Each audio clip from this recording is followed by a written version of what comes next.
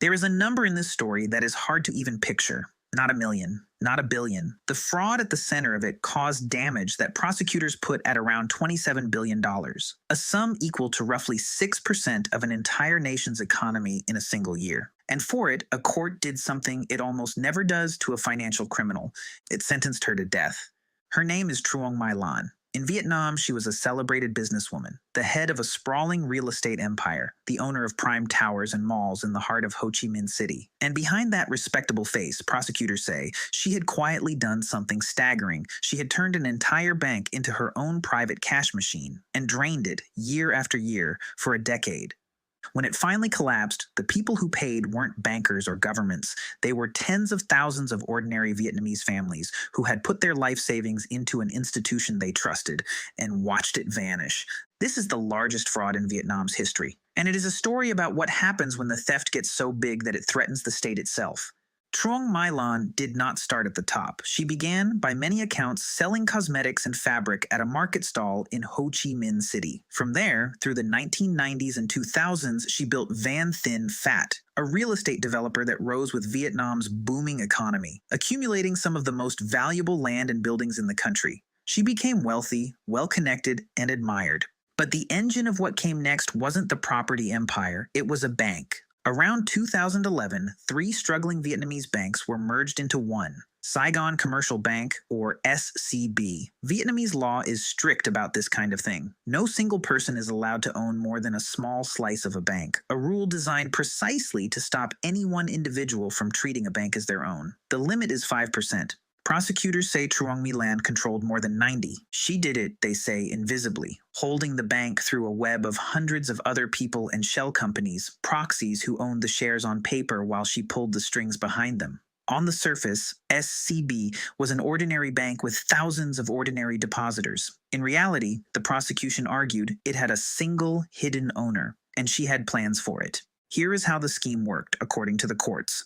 With SCB secretly under her control, Lan orchestrated thousands of loans, not to real businesses, but to a vast network of ghost companies, fake borrowers. Empty shells created for one purpose, to be approved for enormous loans and funnel the money straight back to her. Loan after loan, year after year, the bank's money flowed out into nothing. Over roughly a decade, investigators say, she siphoned around $12.5 billion out of SCB this way. A scheme that size cannot survive scrutiny, so she made sure the scrutiny didn't come. When the central bank sent an inspector to examine SCB's books, Lan bribed her. The payment was more than $5 million, described as the largest bribe ever uncovered in Vietnam. The findings were buried, the looting continued, and then there was the second layer, the one that hurt real people most directly. Through her companies, Lan's group issued bonds, investment products sold to the public, many of them through SCB's own branches, to depositors who were told they were safe.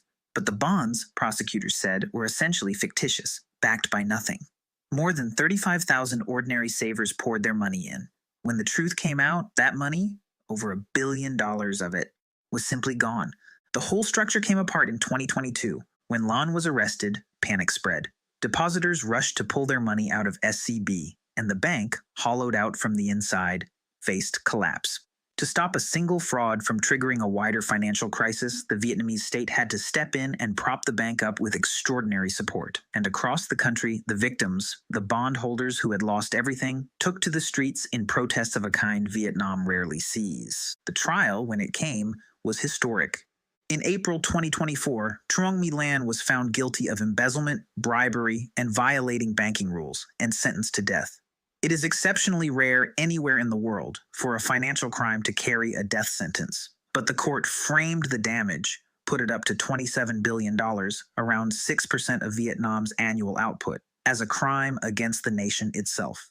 In December 2024, an appeal court upheld the sentence, the judge stating there was no basis to reduce it. In a separate phase of the case, focused on the fraudulent bonds, she was convicted again for defrauding those 35,000 investors, for money laundering, and for moving billions of dollars across borders illegally. But Vietnamese law leaves one extraordinary door open. Lan's death sentence can be commuted to life in prison if she returns at least 3/4 of what was taken. And so the woman who built a hidden empire now faces the strangest deadline imaginable. She is racing to liquidate her real estate, her towers, her malls, her assets, not for profit, not for freedom, but quite literally to buy back her own life.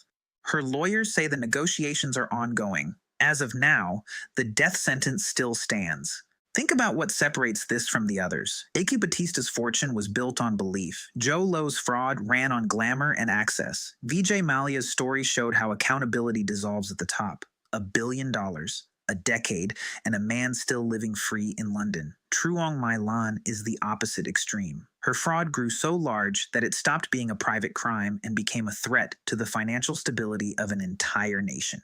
And a state that controls its own courts answered with the most absolute penalty it has. It is the same impulse in every one of these stories. Take more, hide it better, assume the reckoning will never come. The only thing that changes is what the reckoning looks like when it finally arrives. For some, it's a courtroom in London that never quite closes. For others, it's a death sentence in Ho Chi Minh City.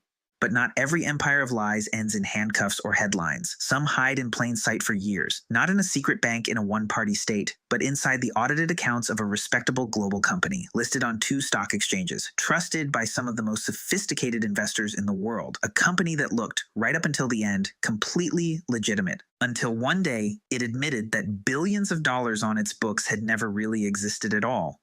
That story is next.